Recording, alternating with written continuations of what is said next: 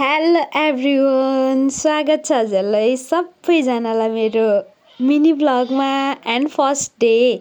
अनि हेरौँ अब सबैले मन पराइदिनु भयो भने डेली हाल्छु, नभए त अब मन पराउनु भएन भने यही फर्स्ट डे हजुरहरू सजेस्ट गर्नु है, म हालौँ कि नहालौँ मिनी ब्लग बनाएर। अनि म चाहिँ सुत्केरी खान माइत बसेको छु नि त। अनि त्यसपछि 9 बजे उठ्यो काम लागेपछि, अनि घाम लागेन भने तँ पनि नउठ्यो। अनि त्यसपछि अब काम छैन, अनि के गरौँ हुन्छ। अनि त्यसपछि यसो मिनी ब्लग बनाऊँ भनेर हो।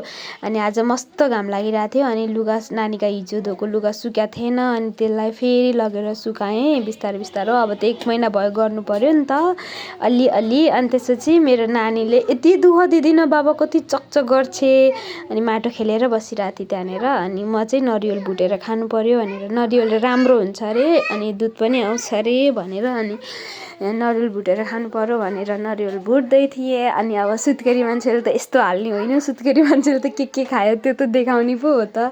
आज मैले मिनी ब्लग बनाएको, अनि त्यसपछि बनाउँदै गर्दा बिर्सिँदो पनि रहेछ के, क्लिपहरू गर्नलाई बिर्सिँदो रहेछ। भोलिदेखि चाहिँ अब यहाँ सबैले मिनी ब्लग बनाऊ भन्ने सजेस्ट आयो भने भोलिदेखि चाहिँ म सबै हाल्छु।